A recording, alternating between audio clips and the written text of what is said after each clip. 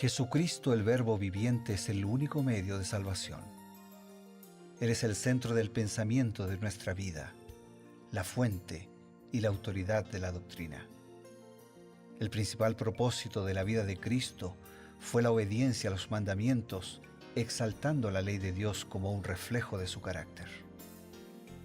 El principal mensaje a ser predicado en el mundo, basado en Apocalipsis 14, está representado por 3 ángeles llevando el Evangelio eterno al mundo entero. Este mensaje se basa en los encantos inigualables de Cristo y declara que la hora del juicio ha llegado y llama a obedecer los mandamientos de Dios. Mediante su palabra, Dios ha comunicado a los hombres el conocimiento necesario para la salvación. Las Santas Escrituras deben ser aceptadas como dotadas de autoridad absoluta y como revelación infalible de su voluntad. Y aunque el canon de las Escrituras inspiradas está cerrado, el Espíritu Santo continúa iluminando, amonestando y confortando al pueblo de Dios a través del testimonio de Jesús, el Espíritu de profecía. El camino a la vida se traza a través de un camino angosto que debe ser recorrido con confianza a las promesas que Dios dejó a hombres y mujeres fieles que dedicaron sus vidas hasta la muerte por el Evangelio eterno. Los fundadores de la Iglesia soñaron con el día en que la revelación sería una realidad en sus vidas.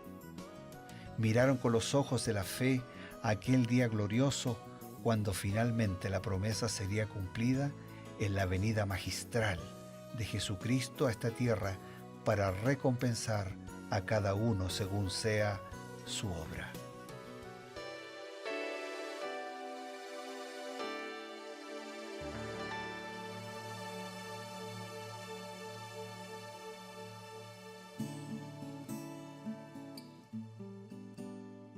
Qué grato, queridos amigos, es tener la oportunidad de saludarlos y encontrarnos por medio de Nuevo Tiempo, la señal de esperanza, aquí en su programa Creed en sus profetas.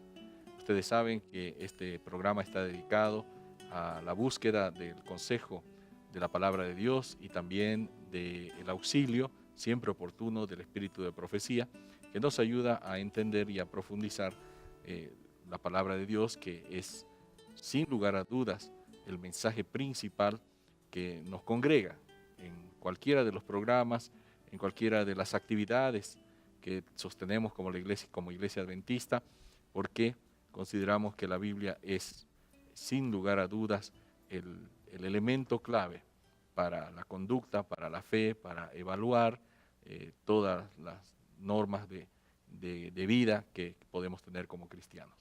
Vamos ya a comenzar saludándolos siempre con cariño y deseamos que Dios pueda bendecirnos a todos. Lo hacemos siempre con esa experiencia, las palabras que nos trae el pastor Bruno Razo.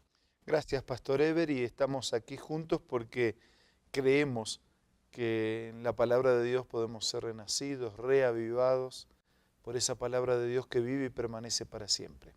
Y en este profundizar el mensaje de Dios, en este espacio, como tú lo has mencionado, al coordinar, al presentarnos, Creed en sus profetas, tenemos algunos comentarios seleccionados de Elena de White del capítulo 32 del libro de Ezequiel.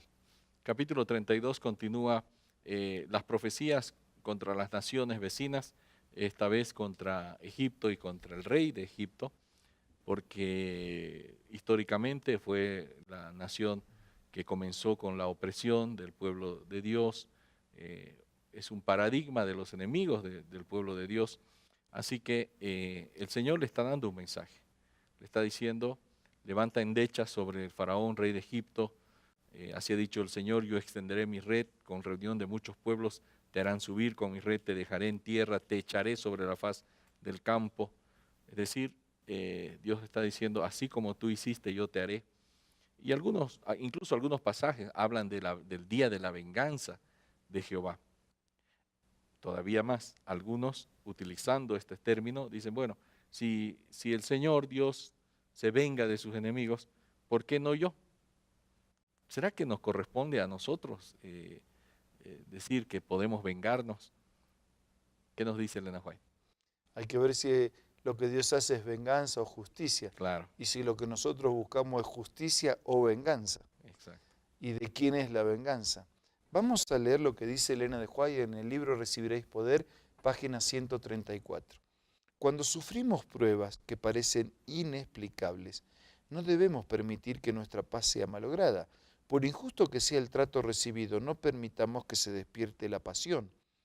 Condescendiendo con un espíritu de venganza, nos dañamos a nosotros mismos, destruimos nuestra propia confianza en Dios y ofendemos al Espíritu Santo. Hay a nuestro lado un testigo, un mensajero celestial, que levantará por nosotros una barrera contra el enemigo. Él nos envolverá con los brillantes rayos del sol de justicia. A través de ellos, Satanás no puede penetrar, no puede atravesar este escudo de luz divina. Así que cuando enfrentamos situaciones que parecen inexplicables, no debemos permitir que nuestra paz sea malograda, porque por injusto que el trato haya sido, que no debemos despertarnos a una pasión errónea, pecaminosa. Cuando yo busco el camino de la venganza, dice la declaración, nos dañamos a nosotros mismos y destruimos nuestra propia confianza en Dios y ofendemos al Espíritu Santo. ¿Por qué? Porque la venganza, la justicia, es algo que queda en manos de Dios. Claro, y es que en realidad la palabra venganza, que tiene una connotación muy negativa en nuestro tiempo, en la Biblia se refiere a la acción de Dios vindicando su justicia Exactamente. y corrigiendo el error que se ha producido y las desviaciones que han traído los mismos seres humanos. Desaprobando lo que está mal Claro. y recompensando a los que confiaron Ujú. en hacer su voluntad. Y a pesar de que entendiéramos equivocadamente, no de la forma bíblica, la venganza del Señor, todavía tenemos indicaciones. Allí en los Salmos dice, mía es la venganza, yo pagaré. O sea, Ujú. ustedes no hagan. La venganza en el sentido humano es mala, porque se hace de una manera para descargar la ira, para dar escarmiento a alguien, ¿no? Se considera equivocadamente.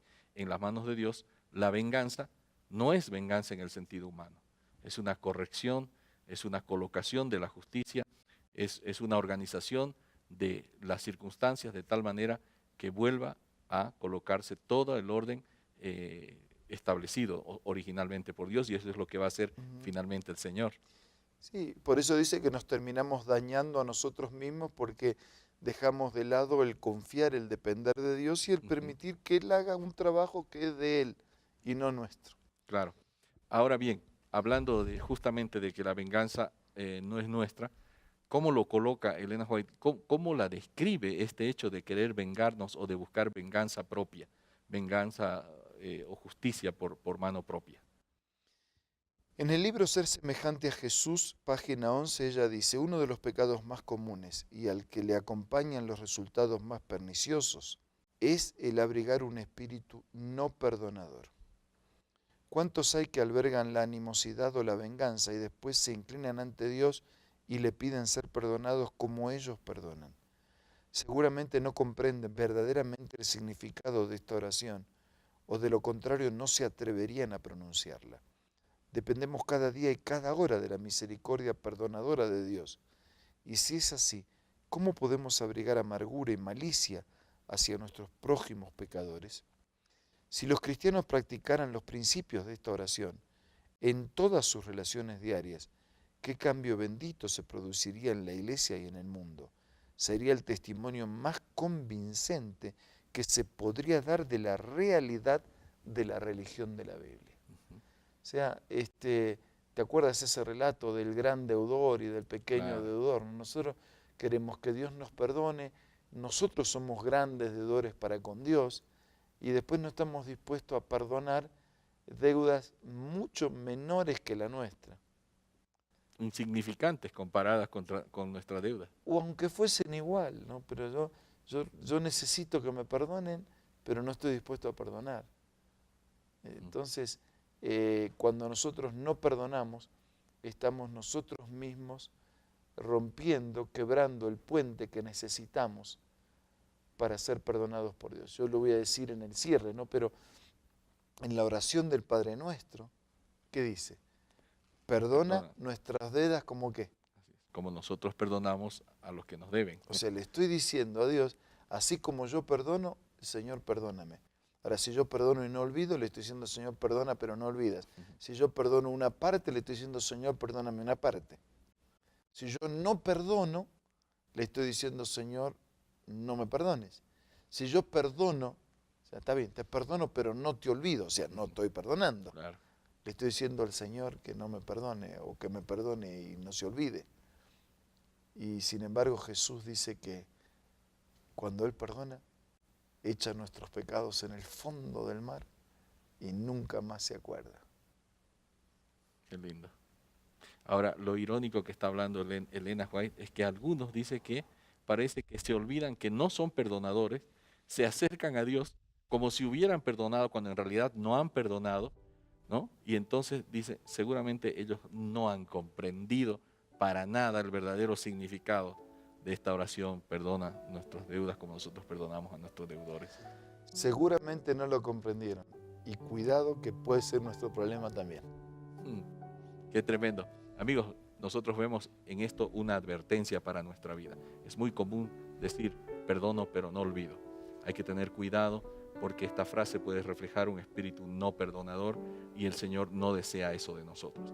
Vamos a ir a un espacio con consejos importantes y enseguida retornamos. Hola amigo, ¿estás listo para acompañarme en otra lectura? Escucha con atención esta cita. Dios ha señalado el camino con los indicadores proféticos. No se nos ha librado a depender de la sabiduría humana.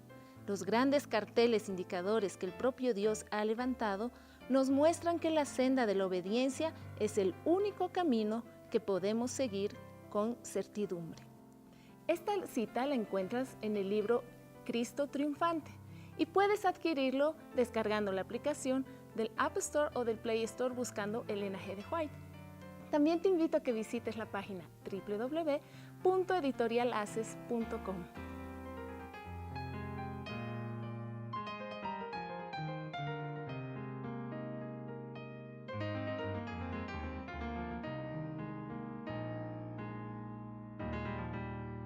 Estamos de vuelta, amigos, para ofrecerles una nueva invitación.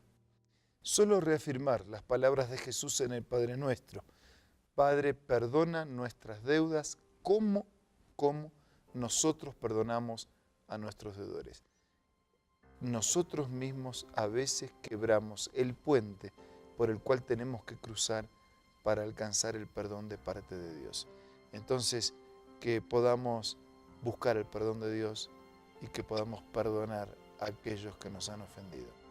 Ahora vamos a orar. Señor, te pido en nombre de todos nosotros que perdones nuestros pecados y nos des la paz de tu perdón. Te pido que si entre los que nos escuchan hay alguien que está necesitado de pedir perdón, que por años albergó sentimientos y pensamientos que no hacen bien a su salud ni a su fe, que en este día puedan motivarse para buscar y arreglar esas cuentas. Si hay alguien que necesita ser perdonado, que en este día, Señor, puedas obrar en la vida de aquellos que tienen que tomar estas decisiones. Y que en breve, cuando vengas, podamos, habiendo sido perdonados nuestros pecados, vivir contigo para siempre. Pedimos, agradecemos en el nombre de Jesús. Amén. Amén. Esto ha sido Creer en sus profetas. Nos despedimos para retornar, Dios mediante, el día de mañana en una nueva versión, un nuevo capítulo, una nueva reflexión de la palabra de Dios y el espíritu de profecía. Nos vemos entonces por medio del nuevo tiempo, la señal de esperanza.